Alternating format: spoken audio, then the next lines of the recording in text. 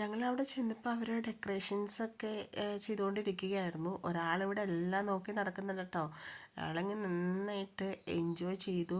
ഓടി നടന്ന് എല്ലാം നോക്കി എല്ലാവരും എന്താ ചെയ്യുന്നതെന്ന് നോക്കുന്നുണ്ടായിരുന്നു. ഞങ്ങളിതിപ്പോൾ അവർ ലൈറ്റൊക്കെ സെറ്റ് ചെയ്യുന്നുണ്ടായിരുന്നുള്ളൂ. അപ്പോൾ അതൊക്കെ പോയി നോക്കുന്നുണ്ടായിരുന്നു. ആൾ നല്ല എൻജോയ് ചെയ്ത് ഓടിക്കളിച്ച് ഒരു പരുവമായി. ഒരു മിനിറ്റ് അടങ്ങി നിൽക്കില്ല എന്ന് പറയും പോലെ അതുപോലെ ഓട്ടപ്പാച്ചിലായിരുന്നു ആൾ. എല്ലാം നടന്ന് നോക്കി കണ്ടു. നമ്മൾ എടുക്കാനൊന്നും സമ്മതിക്കണ്ടായിരുന്നില്ല, ഇങ്ങനെ നടപ്പായിരുന്നു. ചിലപ്പോൾ ഞങ്ങൾക്ക് ചായയും പപ്സും കിട്ടി. ഞങ്ങളുടെ ലിറ്റിൽ സാൻഡ്ര കഴിച്ചതിന് ബാക്കി പപ്സാണ് അമ്മയുടെ കയ്യിലിരിക്കുന്നത്. അപ്പോഴത്തേനും മിഠായി കിട്ടിയപ്പോൾ ആശാൻ കയ്യിലിരുന്ന പപ്സൊക്കെ അമ്മയുടെ കയ്യിൽ കൊടുത്തു, അമ്മമ്മയുടെ കയ്യിൽ കൊടുത്തു. പിന്നീട് കഴിക്കാനായിട്ട് പിന്നെ കേക്ക് കട്ടിങ് ഉണ്ടായിരുന്നു. കേക്ക് കട്ട് ചെയ്ത് എല്ലാവർക്കും മധുരം പങ്കുവച്ചു. കേക്ക് കട്ടിങ്ങിന് ശേഷം കരോൾ ഗാനം ഉണ്ടായിരുന്നു.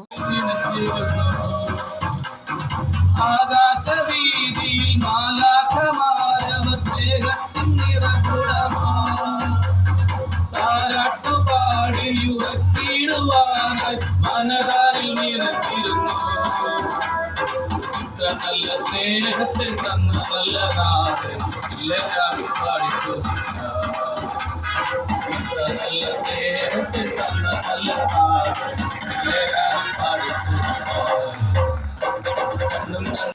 കരോൾ ഗാനത്തിന് ശേഷം അവരുടെ ജേഴ്സിയുടെ അനാച്ഛാദനം ഉണ്ടായിരുന്നു. ഒഫീഷ്യലായിട്ടുള്ള ജേഴ്സിയുടെ അനാച്ഛാദനമൊക്കെ നടത്തി. പിന്നീട് പടക്കം പൊട്ടലും ഒക്കെ ആയിരുന്നു. പക്ഷേ എൻ്റെ പുത്രൻ അത് കണ്ടപ്പോഴത്തേനും പേടിച്ചിട്ട് പിന്നെ താഴേക്ക് ഇറങ്ങില്ല, അമ്മ എന്ന് വിളിച്ചുകൊണ്ട് പിന്നെ കയറിയിരിക്കുമായിരുന്നു. പിന്നെ താഴെ ഇറങ്ങില്ല.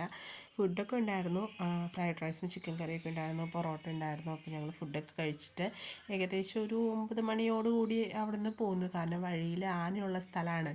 അപ്പോൾ ആനയെ കാണുന്നതിന് മുൻപ് വീടെത്തുക എന്നുള്ള ഉദ്ദേശത്തോടു കൂടി. പിന്നെ ഇവരാണെങ്കിലും ഒരുപാട് ഓടിക്കളി ക്ഷീണിച്ചായിരുന്നു. അങ്ങനെ ഒരു 9 മണി ആയപ്പോഴത്തേനും ഞങ്ങൾ അവിടെ നിന്ന് തിരിച്ചു പോന്നു.